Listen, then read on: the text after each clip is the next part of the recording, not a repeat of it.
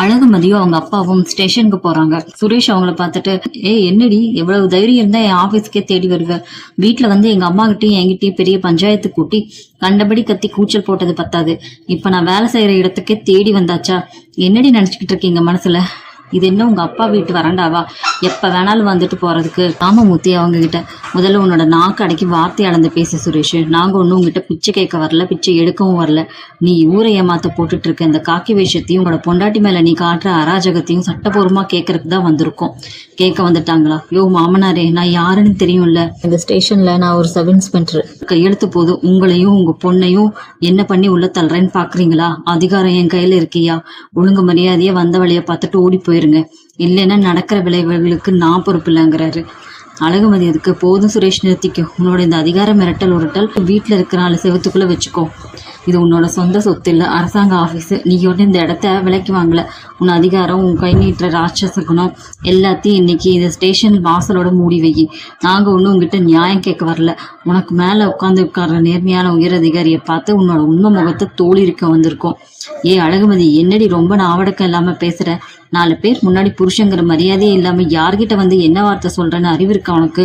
இந்த ஒரு அடி முன்னாடி வச்சா அப்புறம் மரியாதை கெட்டு போயிடும். பரவாயில்லையா? ராமமூர்த்தி அவரை பார்த்து, மரியாதையா? மாமனாருங்கிற மூத்த வயசுக்கு மரியாதை இல்லாம நடந்துக்கிட்டேன். நீ ஏன் மரியாதை பத்தி பேசுற? நான் போலீஸ், என்னை யாராலும் எதுவும் பண்ண முடியாது. என் பொண்டாட்டிய நான் என்ன வேணாலும் பண்ணுவேன். கொழுப்புலதான் நான் ஆடுறேன். இன்னைக்கு அந்த கொழுப்பையும் திமிரையும் அடக்காம நாங்க இந்த ஸ்டேஷனை விட்டு ஒரு அடி கூட நகர மாட்டோம்டா. வாமா அழகுமதி, உள்ள போலாம். இவன் என்ன பண்றான்னு பாப்போம். சுரேஷ், நில்லடி முதல்ல. என் பேச்சை கேட்காம உள்ள போனா அவ்வளவுதாங்கிறாரு. இன்ஸ்பெக்டர் பார்த்துட்டு, யார் நீங்க? பர்மிஷன் இல்லாம இப்படி திடீர்னு உள்ள வரீங்க? வாட் இஸ் திஸ்ன்னு கேட்கிறாரு. மன்னிச்சிடுங்க சார், நிலைமை அப்படி. என் பேர் அழகுமதி, இவரே அப்பா ராமமூர்த்தி. அங்க இங்க ஒரு சாதாரண மனுஷங்களா நீதியை தேடி ஒரு முக்கியமான புகாரை கொடுக்க வந்திருக்கோம் சார். நாங்க புகார் கொடுக்க வந்திருக்கிறது வேற எந்த ரவுடி மேலேயும் இல்ல. உங்க ஆபீஸ்ல உங்களுக்கு கீழே வேலை செய்யற இந்த சப் இன்ஸ்பெக்டர் சுரேஷ் மேலதான் சார். வாட்? சுரேஷ் மேல கம்ப்ளைண்டா? சுரேஷ், என்ன நடக்குதுங்க? இவங்க யாரு? ஒன்னும் இல்ல சார், இது எங்க வீட்டுல நடந்த சின்ன குடும்ப பிரச்சனை சார். இவன் என் பொண்டாட்டி, இவர் என் மாமனாரு. வீட்டுல சின்னதா ஒரு சண்டை மனஸ்தாபம். அதுக்குதான் இவங்க இப்படி ஆபீஸ்க்கு தேடி வந்து தேவையில்லாம பெரிய டிராமா பண்ணிட்டு இருக்காங்க சார். நீங்க இதெல்லாம் பெருசா எடுத்துக்காதீங்க. நான் இவங்களை வெளியே கூட்டிட்டு போயிடுறேன்னு சொல்றாரு. ராமமூர்த்தி எதுக்கு போய் சொல்றான் சார்? இவன் வாயை திறந்தாலே போய் மட்டும்தான் சார் வரும். இது சாதாரண குடும்ப பிரச்சனை இல்ல சார். என் பொண்ணோட வாழ்க்கையும் அவளோட சுயமரியாதையும் படிப்பையும் அழிச்சு ஒழிக்க நினைக்கிற மிருகத்தனம் சார். அழகுமதி உடனே, இதாங்க சார் என் புகார் கடிதம். இதுல வெறும் குற்றச்சாட்டுகள் மட்டும் இல்ல, ஆதாரங்களும் இருக்கு.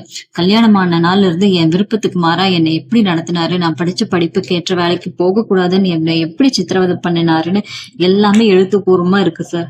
போலீஸ்ங்கிற காக்கி சட்டையும் அதிகாரத்தையும் வச்சுக்கிட்டு வீட்டுல தினமும் எங்க மேல கை நீட்டுறாரு சார். சுரேஷ், என்ன எழுதிருக்காங்க இங்க? நீ உன்னோட மனைவி மேல தொடர்ச்சியா கைய வச்சியா? டொமஸ்டிக் வயலன்ஸ் பண்ணிருக்கியா? சார், இவங்க சொல்ற எந்த பொய்யையும் நம்பாதீங்க சார். இவளுக்கு படிப்பு கர்வமும் திமிரும் அதிகமாயிடுச்சு சார். புருஷன் சொல்ற பேச்ச கேட்காம வீட்டுல இருக்க பெரியவங்களை எதிர்த்து பேசுவா. புருஷனுக்கு எப்படி மரியாதை கொடுக்கணும்னு தெரியாத ஒரு பொண்ணு சார் இவ. அழகுமதி உடனே, புருஷன்னா கடவுளா சுரேஷ்? நீ என்ன தப்பு செஞ்சாலும் பொண்டாட்டி சகிச்சுக்கிட்டு காலை அமுக்கிட்டு உட்காந்துருக்கணுமா? தப்பு செஞ்சா கேள்வி கேட்க கூடாதா? மரியாதைங்கிறது நீ மிரட்டி கேட்டு வர பிச்சை இல்ல சுரேஷ். நீ நடந்துக்கிற விதத்துல எதிராளியா பார்த்து சம்பாதிக்கிறது. நீ எனக்கு என்ன மரியாதை கொடுத்தன்னு நான் உனக்கு மரியாதை கொடுக்கணும் சொல்லுங்கிறாங்க. ராமமூர்த்தியும், சார் என் பொண்ணு கோல்டு மெடலிஸ்ட் சார், நல்லா படிச்சவ, கை நிறைய சம்பாதிச்சு கௌரவமா வாழணும்னு ஆசைப்பட்டா.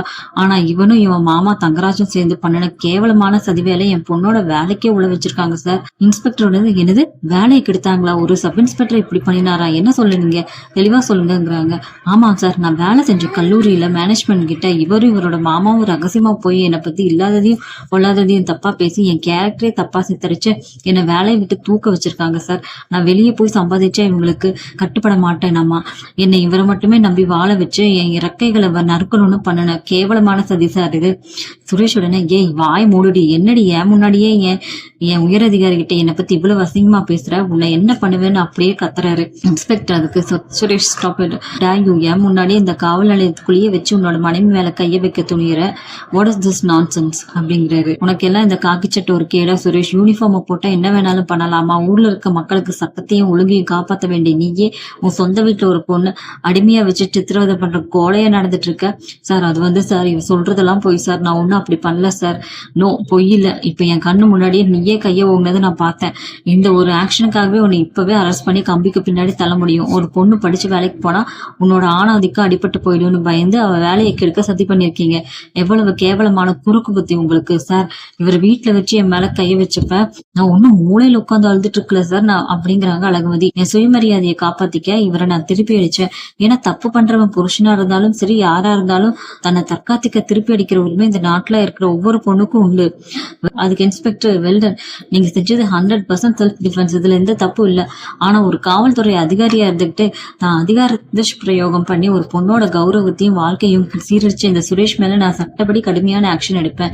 சார் ப்ளீஸ் சார் அப்படி எதுவும் பண்ணிடாதீங்க சார். என் வேலை போயிடும் சார். எங்க குடும்ப மானமே போய் நடுத்தரலதான் சார் நிக்கிறோம்னு சுரேஷ் கெஞ்சுறாரு. குடும்ப மானத்தை பத்தி யோசிக்க வேண்டிய நேரத்துல நீ மிருகமா நடந்துகிட்ட Suresh. You are suspended from service immediate எஃபெக்ட்ங்கிறாரு. உன் மேல உடனடியா டிபார்ட்மெண்ட்ல என்கொயரி போட போறேன். உன்னோட லத்தி யூனிஃபார்ம் பேட்ஜ் எல்லாத்தையும் இப்பவே கழட்டி வச்சுட்டு ஸ்டேஷன் விட்டு அமைதியா வெளியே போங்கிறாரு.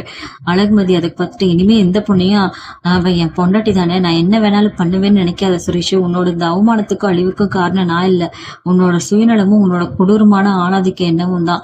வாப்பா நம்ம போகலாம்ப்பா அப்படின்னு கிளம்புறாங்க. இதுக்கிடையில சுரேஷோட வீட்டுல சுரேஷ் அவங்க அப்பாவுக்கு கால் வருது. ஆமா நான் ராகவன் தான் பேசுறேன். என்ன சொல்றீங்க? ராஜலட்சுமி என்னங்க, என்ன போன்ல நம்ம சுரேஷ் தான், என்ன ஆச்சா? அந்த அழகுமதி அவங்க அப்பனோட வீட்டை விட்டு ஓடிட்டால, இனிமே அவ இந்த வீட்டு பக்கமே வரக்கூடாதுன்னு மகன் சொல்லிட்டாங்கல்ல. ராஜலட்சுமி முடிஞ்சு போச்சுடி, எல்லாமே முடிஞ்சு போச்சு. நம்ம குடும்பத்தோட கௌரவமே காத்தோட போச்சுடி. மலர் உடனே என்னமாமா சொல்றீங்க? என்ன ஆச்சு சுரேஷுக்கு? ஏன் இப்படி பதற்றமா இருக்கீங்க? அந்த அழகுமதியும் அவங்க அப்பனும் நேரா சுரேஷ் வேலை செய்யற காவல் நிலையத்துக்கே போயிருக்காங்கடி. அங்க போய் நமக்கு சுரேஷ் தெரியாம பண்ண நல்ல அக்கிரமத்தையும் எழுதி உயர் அதிகாரி கிட்ட கம்ப்ளைண்ட் கொடுத்துட்டாங்கடி. ராஜலட்சுமி இதுக்கு எழுதி ஸ்டேஷனுக்கே போயிட்டாங்களா? என் மக மேலேயே கம்ப்ளைண்ட் கொடுத்துருக்காங்களா அந்த ராட்சசி? இவளுக்கு எவ்வளவு தைரியம் இருந்தா என் பையன் வேலை செய்யற இடத்துக்கே போவா? அது மட்டும் இல்லடி, சுரேஷ் வீட்டுல அவளை அடைச்சதுக்கும் அவ வேலைக்கு போகக்கூடாதுன்னு அவ காலேஜில் போய் சதி பண்ணி வேலைக்கு எடுத்ததுக்கு ஆதாரத்தை காட்டியிருக்காங்களாம். மேலதிகாரி சுரேஷை இப்பவே சஸ்பெண்ட் பண்ணிட்டாருடி. இப்ப சுரேஷ் ஸ்டேஷன்லயே வச்சு விசாரணை பண்ணிட்டு இருக்காங்களாம். பாகியராஜ் அதுக்கு ஐயோ சுரேஷோட வேலை போச்சா? ஒரு போலீஸ்காரனுக்கு இதை விட பெரிய அவமானம் என்ன இருக்கு? தம்பி வாழ்க்கையே போச்சு. ராஜலட்சுமி அதுக்கு என் மகனை இப்படி நடுத்தரல நிக்க வச்சுட்டாலே, இந்த அழகுமதி வேணும்னே பிளான் பண்ணி என் பையன் வாழ்க்கையை சீரழிச்சிட்டாலே, அவ குடும்பமே நாசமா போக. மலர் அதுக்கு போதும் அத்தை, இன்னமும் அவங்களுக்கு குத்தம் சொல்லிட்டு இருக்காதீங்க. சுரேஷ் செஞ்ச அநியாயத்துக்கும் அவங்க அப்பா அம்மாவுக்கு கொடுத்த மரியாதைக்கும் கிடைத்த சரியான தண்டனை இது. அழகுமதி அமைதியா தான் இருந்தா. ஆனா சுரேஷ் தன் கர்வத்தால அவளை தூண்டி விட்டு தன் சொந்த கையாலேயே சூனியம் வச்சுக்கிட்டான். சுரேஷ் வீட்டு வாசல்ல வந்து நிக்கிறாரு. அப்படியே அம்மா அப்பா எல்லாம் போச்சு, என் வாழ்க்கையே போச்சு. ஐயோ சுரேஷ் என்னடா ஆச்சு என் தங்கமே? அந்த சண்டாளி அழகுமதி நிஜமாவே உன்னை சஸ்பெண்ட் பண்ண வச்சுட்டாளா? உன்னை இந்த நிலைமையில பார்க்கவே என் நெஞ்சு வெடிச்சுட்டு போல இருக்குடான்னு ராஜலட்சுமி அழுகுறாங்க. ஆமா அந்த உயரதிகாரி என் பேச்ச ஒரு வார்த்தை கூட கேட்கல. அந்த அழகுமதியும் அவ அப்பனும் கொடுத்த ஆதாரத்தை வச்சு எல்லார் முன்னாடி என் தொப்பியை கழட்ட வச்சு லத்திய ஒப்படைக்க வச்சு என்னை வெளியே போன்னு சொல்லிட்டாருமா. என் மானமே போச்சுமா. ராகம் அதுக்கு வாய மூடுடா, என்னடா பெரிய மானம்? நான் ஊர்ல தலை நிமிர்ந்து வாழ்ந்ததுக்கு சரியான பரிசு கொடுத்துட்டடா. ஒரு சப் இன்ஸ்பெக்டரா இருந்துட்டு சொந்த பொண்டாட்டி வேலை செய்யற இடத்துல போய் சதி பண்ணி வேலையை கெடுப்பியாடா? உன்னோட இந்த புத்தி கெட்ட வேலையாலதான் இன்னைக்கு இந்த குடும்பத்தோட கௌரவமே நடுத்தருக்கு வந்துடுச்சு. அப்பா நீங்களும் என்னை திட்டாதீங்கப்பா. அவ படிச்சு வேலைக்கு போனா என்னை மதிக்க மாட்டேங்கிறாங்க பயத்துலதான் மாமாவும் நானும் அப்படி பண்ணணும். அவ என்னை எதிர்த்து பேசினப்ப எனக்கு ஆத்திரம் வந்துருச்சுப்பா. அதுக்கு பயமா இல்ல உங்க பொம்பளை அதுக்கு கர்வமா சுரேஷ்? ஒரு பொண்ணு படிச்ச சுயமரியாதையோட இருந்தா உங்களால தாங்கிக்க முடியாதா? அழகுமதி ஒன்னும் உங்களை சஸ்பெண்ட் பண்ண வைக்கல. உங்க அநியாயமும் மாமாவோட கேவலமான புத்தியும் தான் உங்களை இந்த நிலைமைக்கு தள்ளியிருக்கு. ராஜலட்சுமி அதுக்கு மலரை வாய மூடிடி. என் பையன் நடுத்தருல நிக்கிறான், அவனுக்கு ஆறுதல் சொல்லாம நீயும் அந்த அழகுமதிக்கு சப்போர்ட் பண்ணி பேசுறியா? அவன் இவன் வாழ்க்கையை அழிச்சது பத்தாதுன்னு நீ வேற இவனை குத்தி காட்டுறியா? பாகியராஜ் அதுக்கு அம்மா சொல்றதும் சரிதான் மலரு. சுரேஷ் தப்பு பண்ணியிருக்கலாம். ஆனா அதுக்காக பொண்டாட்டியே புருஷன் மேல கம்ப்ளைண்ட் கொடுத்து வேலையை தூக்க வைப்பாளா? இது என்ன குடும்ப லட்சணம் அப்படிங்கிறாரு சுரேஷ். அதுக்கு அவளை நான் சும்மா விட மாட்டேன். என்னோட இந்த நிலைமைக்கு காரணமான அந்த அழகுமதியும் அவங்க அப்பனையும் சும்மா விட்டா என் பேரு சுரேஷ் இல்ல. அவளுக்கு என்ன திமிரு இருந்தா என் யூனிஃபார்மே கலட்ட வச்சிருப்பா. ராகவன் அதுக்கு அடங்கடா சுரேஷ், இன்னமும் உனக்கு அறிவு வரலையா? சட்டமும் கோட்டும் அவ பக்கம் இருக்கு. இனிமே நீ அவங்க பக்கம் தலை வச்சு படுத்தா சஸ்பெண்ட் ஆன வேலையை நிரந்தரமா பறிபோரி நீ கம்பி என்ன வேண்டி இருக்கும். வேலையாவது மண்ணாவுதுப்பா. என்னை அவமானப்படுத்தின அவளை என் காலடியில கொண்டு வந்து கதற வைக்கல. நான் ஆம்பளையே இல்லை. அவளை என்ன பண்ண போற பாருங்கன்னு சுரேஷ் டென்ஷன் ஆகி உள்ள போறாரு.